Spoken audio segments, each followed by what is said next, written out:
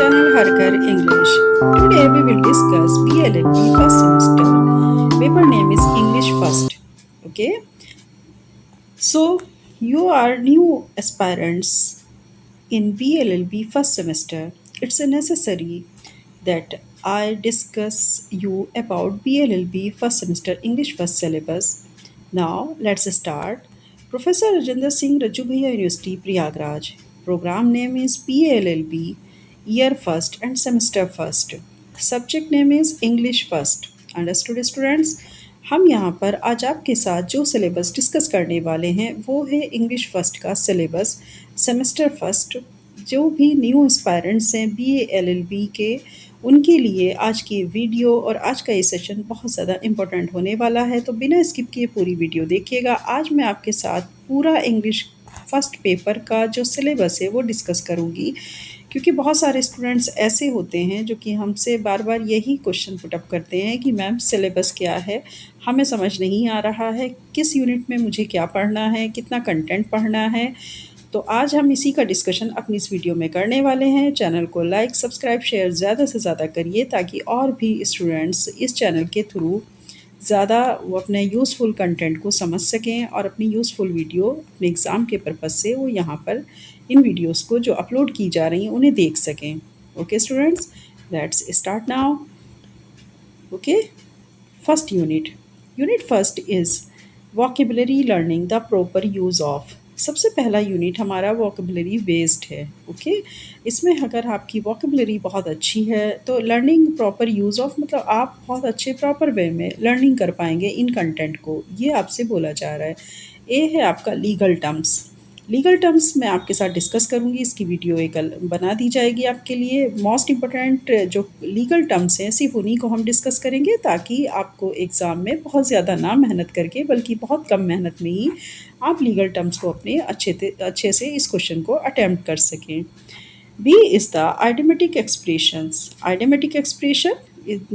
This is the other name of idiom phrases. Okay, इसका दूसरा नाम है एडम्स फ्रेजेस, इसी को यहाँ पर बोला जा रहा है आइडेमेटिक एक्सप्रेशंस। इसके लिए भी वीडियो आपको अपलोड की जाएंगी। सी जो आपका कंटेंट नेम है वो है foreign words and phrases, important Latin Greek and English affix and suffix. Okay, आपको सफिक्स एंड अफिक्स के मोस्ट इंपॉर्टेंट वर्ड्स और फ्रेजेस यहाँ पर डिस्कस किए जाएंगे।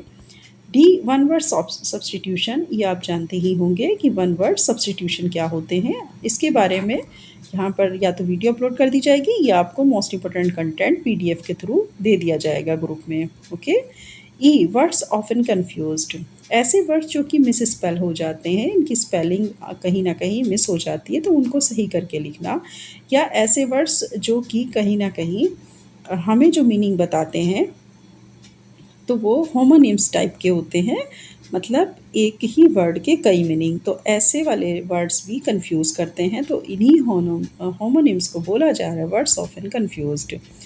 नेक्स्ट, अब हम बात करेंगे सेकंड यूनिट की। Grammatical prerequisites. A singular and plural, I think you are now very well singular and plural. Okay, B concord, C subject and verb, D pronoun and its antecedents, E demonstrative adjective and noun,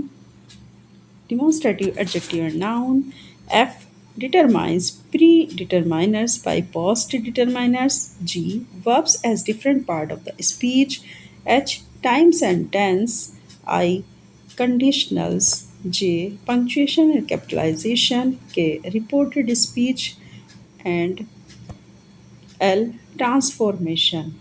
okay, second unit grammatical based है, इसको आप समझिए। देखिए, first unit क्या थी हमारी, vocabulary based थी, और सेकंड यूनिट हमारी ग्रामेटिकल बेस्ड है जिसमें आप सिंगुलर प्लूरल पढ़ेंगे, कॉन्कॉर्ड पढ़ेंगे, सब्जेक्ट वर्ब पढ़ेंगे, प्रोनाउन एंड इट्स टाइप्स पढ़ेंगे। टाइप्स को ही बोला जा रहा है एंटीसीडेंट्स। ओके, ई को आप यहाँ पर डिस्कस करेंगे, डिमॉन्स्ट्रेटिव एडजेक्टिव नाउन। एफ को determiners predeterminers by postdeterminers. G को आप करेंगे verbs as different part of the speech, यानी आप जानते हैं वर्ब्स के बारे में। एच टाइम एंड टेंसेस के बारे में डिस्कशन होगा। आई आपका कंडीशनल क्वेश्चंस होते हैं, कंडीशनल सेंटेंसेस होते हैं, उनके बारे में यहाँ पर डिस्कस होगा। J punctuation and capitalisation, you know very well punctuation and capitalisation, कहाँ पे कैपिटल वर्ड यूज़ किया जाता है, कहाँ पे पंक्चुएशन यूज़ की जाती है, इस सब के बारे में डिस्कशन होगा। मैं कोशिश करूँगी ज़्यादा से ज़्यादा वीडियो आपके लिए यहाँ पर अपलोड की जाए ताकि आपको ईजी रहे अपने सिलेबस को समझना और प्लस उसके कंटेंट को समझना। के reported speech and L transformation, reported speech आप जानते होंगे, direct indirect, and L transformation यानी सेंटेंसेस को एक फॉर्म से दूसरे फॉर्म में चेंज करना। अंडरस्टूड? ये थी हमारी सेकेंड यूनिट। ओके, अब ले लेते हैं हम अपनी थर्ड यूनिट। थर्ड यूनिट आपसे कह रही है रीडिंग स्किल्स को। इसमें ए जो टॉपिक है जिसका नाम दिया गया ए, वो है intensive reading. The following short stories from R K Narayan Malgudi days Mysore Indian thought publication 2006। This is the short stories collection and there is the called of Malgudi days. ये शॉर्ट स्टोरीज़ हैं जो लिखी गई हैं आर के नारायण के द्वारा, और इस पूरी शॉर्ट स्टोरीज़ के कलेक्शन को बोला जाता है मालगुडी डेज़। अब हमें कितनी शॉर्ट स्टोरीज़ यहाँ पर जो है पढ़नी है और कितनों के हमें लॉन्ग क्वेश्चंस प्रिपेयर करने हैं, ये मैं आज आपके साथ यहाँ पर बता देती हूँ। पहला है एन एस्ट्रोलॉजर्स डे, ये first of all short story. Second is the missing man, third is the gateman's gift, four is the blind dog, fifth the tiger's claw, six 45 is month, seventh out of business and eight Attila. There are 8 short stories written by R K Narayan. Okay, ये आपके यहाँ पर syllabus में दी गई हैं। 8 की 8 short stories आपको बहुत अच्छे समझ लिए। इनकी वीडियोस अपलोड की जाएंगी लगातार ताकि आप इसको अच्छे से पढ़ते रहें। नेक्स्ट बात करेंगे हम, ये थे हमारा इंटेंसिव रीडिंग। ओके, अब आती है एक्सटेंसिव रीडिंग। एक्सटेंसिव रीडिंग की बात करें तो any two of the following books, इनमें से आपको ये नॉवल हैं, ये 4 नॉवल हैं जिसमें से आपको 2 ज़रूर ही पढ़ने हैं। हालांकि क्वेश्चन तो चारों नॉवल में से पूछे जाते हैं, लेकिन 2 को इसलिए कहा जा रहा है कि आपको जो आपका पेपर होगा जब आप उसमें क्वेश्चन अटैम्प्ट करेंगे तो और का ऑप्शन दिया जाएगा, जिससे आपको बहुत ज़्यादा कंफर्ट फील होगा और आप आराम से अपने 2 क्वेश्चन कोई भी चूज़ करके उसको अटैम्प्ट कर सकते हैं। लेकिन हम यहाँ पर आपको 4 बुक्स हैं तो 4 बुक्स जो है आपके साथ यहाँ पर अच्छी तरीके से इनको डिस्कस करेंगे वीडियोस के थ्रू। तो आप चैनल पर बने रहिएगा और ज़्यादा से ज़्यादा आप वीडियो को बिना स्किप किए अगर देखेंगे तो आपके साथ बहुत अच्छा डिस्कशन यहाँ पर हर क्वेश्चन को किया जाएगा, और हर मतलब जो भी आपका टॉपिक है एवरी टॉपिक डिस्कशन होगा, वो कोई भी नॉवेल हो, शॉर्ट स्टोरीज़ हो। ए है आपका novel Agatha Christie witness for the prosecution, Harper Collins London. Okay, Agatha Christie का नॉवेल है जिसका नाम है witness for the prosecution. B आपका नॉवेल है Ernest Hemingway the old man and the sea. The old man and the sea नाम का novel written by Ernest Hemingway, ये आपको देखना होगा। और ये कहाँ पर मिलेगा? अगर आपको बुक पढ़नी है तो हारमोन्स वर्थ पेंगुइन की बुक लेंगे तो उसके अंदर ये नॉवेल आपको मिलेगा। सी गाल्सवर्थी का नॉवेल जो कि हम बात करें जस्टिस के नाम से है, तो ये जस्टिस नॉवेल आपको पढ़ना है। D George Orwell animal form, George Orwell का एनिमल फॉर्म आपको पढ़ने को मिलेगा इसमें, तो आप इसकी स्टडी करिएगा। मैं चारों नॉवेल की आपको वीडियो अपलोड कर दूंगी कि इसकी क्या स्टोरी है, क्या समरी है, क्रिटिकल एप्रिसिएशन क्या है, और क्रिटिकल एनालिसिस से क्वेश्चन पूछे जाते हैं तो किस तरह से आपको अटैम्प्ट करना है। आप बिल्कुल भी घबराइए नहीं इंग्लिश को लेकर के। English is the very easy subject in PLLB first semester. Okay, panic नहीं होना है, टेंशन नहीं लेनी है आपको। बहुत अच्छे से बस एक बार सिलेबस को समझ लीजिए, फिर हम लगातार वीडियोस अपलोड करेंगे तो आपको अच्छे से समझ आएगा और क्लास में भी डिस्कशन होता रहेगा। नेक्स्ट अब बात आती है आपकी कंपोजिशन स्किल्स की। अब यहाँ हम सीख रहे हैं कंपोजिशन करना। देखिए, हमारी फर्स्ट यूनिट और सेकंड यूनिट पूरी तरह से आप देखेंगे तो ये ग्रामर बेस्ड है। ठीक है, first of all vocabulary based, second is the grammatical based, third unit हमारी रीडिंग स्किल्स बेस्ड है। इसमें हम नॉवेल को पढ़ रहे हैं, शॉर्ट स्टोरीज़ को पढ़ रहे हैं। But fourth unit is the composition skills. इसमें हम सीखेंगे कि आप पैराग्राफ राइटिंग कैसे कर सकते हैं। आपको topic sentences ways to develop a paragraph, inclusive order, deductive order, question to answer order, exposition, time order, comparison and contrast, enumeration मतलब एक पैराग्राफ राइटिंग करते वक्त आपको किन किन चीज़ों का ध्यान रखना है, किस तरह से सेंटेंस को सीक्वेंस में लगाना है। पैराग्राफ जब आप लिख रहे हो तो आपको किन एलिमेंट्स को ध्यान में रखते हुए उसकी राइटिंग करनी है। तो ये है आपका पैराग्राफ राइटिंग, ये आपको सिखाया जाएगा, बताया भी जाएगा क्लास में भी और वीडियो के थ्रू भी। लेटर राइटिंग, आप बहुत अच्छे से बचपन से लेटर लिखते आ रहे हैं, तो वही लेटर राइटिंग आपसे यहाँ पर भी लिखवाई जा रही है, कुछ अलग नहीं है। लेटर राइटिंग आ जाएगा जिसमें आप देखेंगे first of all qualities of a letter, second format of a letter, third types of letter. ठीक है, लेटर राइटिंग में हमें इन तीन चीज़ों को ध्यान में रखते हुए कि लेटर की क्वालिटी क्या होनी चाहिए, लेटर का फॉर्मेट कैसा होना चाहिए और लेटर कितने प्रकार के होते हैं, यानी कितने टाइप्स के होते हैं। सी, नोट टेकिंग। नोट टेकिंग मतलब होता है जब हम किसी से नोट लिखवाते हैं या खुद भी लिखते हैं तो उसको बोला जाता है नोट टेकिंग। तो नोट टेकिंग लिखने के क्या अपने नॉर्म्स हैं, उसको लिखते वक्त हमें किन किन बातों का ध्यान रखना चाहिए। तो not what is the note taking. So we will discuss in our YouTube channel and videos note taking. Okay, note taking का डिस्कशन हम अपने वीडियो के थ्रू चैनल पर भी करेंगे, तो आप इस पर लगातार बने रहिएगा। नेक्स्ट फिफ्थ यूनिट है आपकी लिसनिंग कॉम्प्रीहेंशन एंड आईपीए। अब आप इसको समझिए, लिसनिंग कॉम्प्रीहेंशन की बात हो रही है, मतलब हम अपनी लिसनिंग स्किल को कैसे इन्हेंस करें। और लिसनिंग स्किल इन्हेंस कैसे होती है इंग्लिश में, जब हमें वॉवेल, कॉन्सोनेंट और साउंड्स की बहुत अच्छे से अगर हम आइडेंटिफिकेशन कर सकते हों इन सारी चीज़ों में, इनको रिकॉग्नाइज़ कर सकते हों, तो हमारी लिसनिंग स्किल डेवलप होती है। ए है consonant and vowel sounds in English. तो कॉन्सोनेंट एंड वॉवेल साउंड, ऐसा नहीं है कि आप इससे अननोन हैं, बचपन से पढ़ते आ रहे हैं, लेकिन फिर भी बीएलएलबी के पर्सपेक्टिव में इनको किस तरह से पढ़ना है ये आपको यहाँ पर बताया जाएगा। बी, स्पीच मैकेनिज़्म, यानी स्पीकिंग करते वक्त हमें किन बातों का ध्यान रखना है और स्पीकिंग में कौन कौन से वो फैक्टर हैं या एलिमेंट हैं जो हमें हेल्प करते हैं स्पीकिंग ड्यूरिंग द स्पीकिंग। सी, सी है आईडी एंडिंग्स, मतलब स्पेलिंग आप किस तरीके से यूज़ करेंगे। डी है अगर लास्ट में एंडिंग एस या जेड या आई जेड पर हो तब आप वर्ड को किस तरह से पढ़ते हैं या उसकी स्पीकिंग कैसे करते हैं, ये सी और डी में आपको देखने को मिलेगा। ई है आपका कॉन्सोनेंट क्लस्टर्स।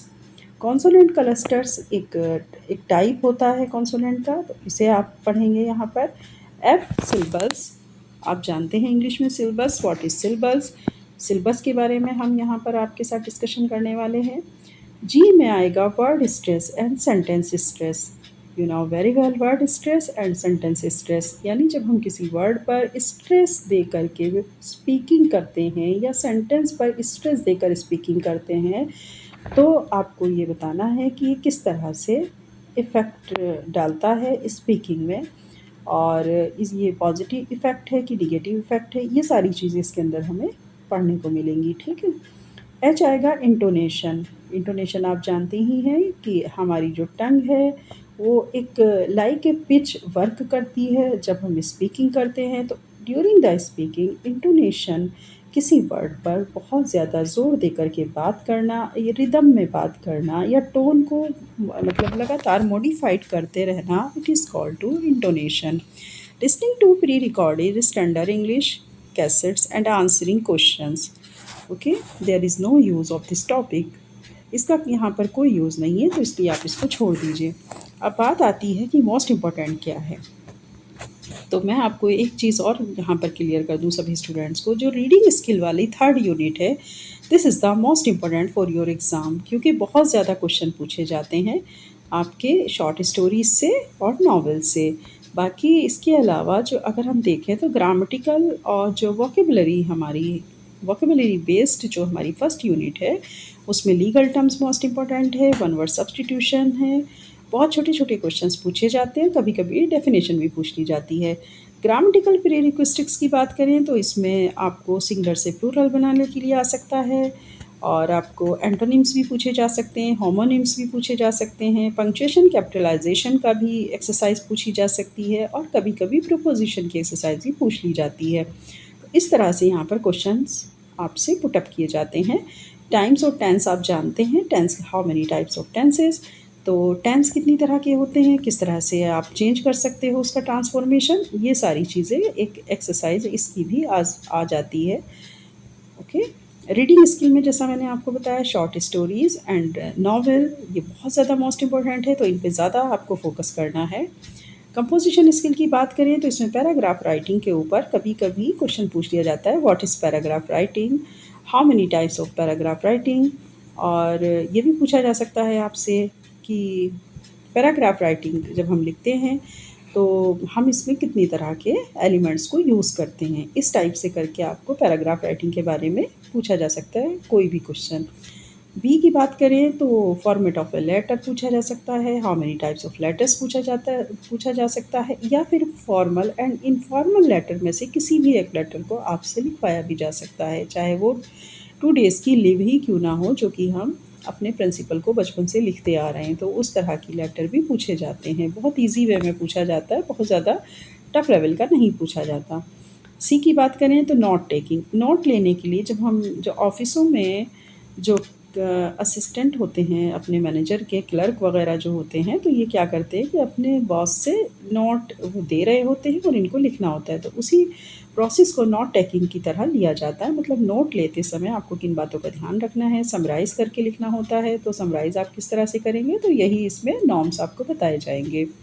लिसनिंग कॉम्प्रीहेंशन की बात करें तो इसमें कभी कभी डेफिनेशन पूछ ली जाती है कि what is the definition consonant, या फिर डिफाइन द कॉन्सोनेंट, ऐसे करके define the vowel sounds in English, ऐसे करके पूछा जा सकता है।